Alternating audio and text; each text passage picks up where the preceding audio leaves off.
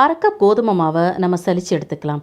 சலிச்சதுக்கப்புறம் அதில் 1 ஸ்பூன் சீரகத்தை கையில் இதே போல் நல்லா கசக்கி சேர்த்துக்கலாம். அப்போ நல்லா வாசனையாகவும் இருக்கும், ருசியாகவும் இருக்கும். இது கூடவே 1/2 ஸ்பூன் மிளகாய்த்தூள், 1/4 ஸ்பூன் பவுடர் பண்ண கல்லுப்பு, இது எல்லாத்தையும் முதல்ல மிக்ஸ் பண்ணி 1/4 டம்ளருக்கு கொஞ்சம் அதிகமாக தண்ணி சேர்த்து சப்பாத்திக்கு மாவு பிசைகிற மாதிரி பிசைஞ்சு எடுத்துக்கலாம்.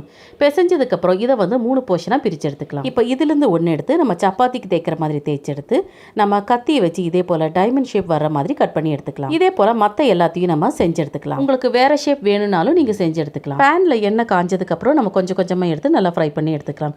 நல்லா கிறிஸ்பி ஆகிற வரைக்கும் ஃப்ரை பண்ணி எடுத்துக்கலாம்.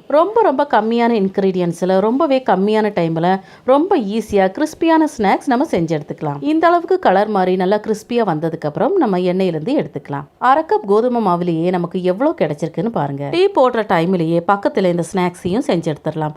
பாருங்க எந்த அளவுக்கு கிறிஸ்பியா இருக்குன்னு. தேங்க்யூ.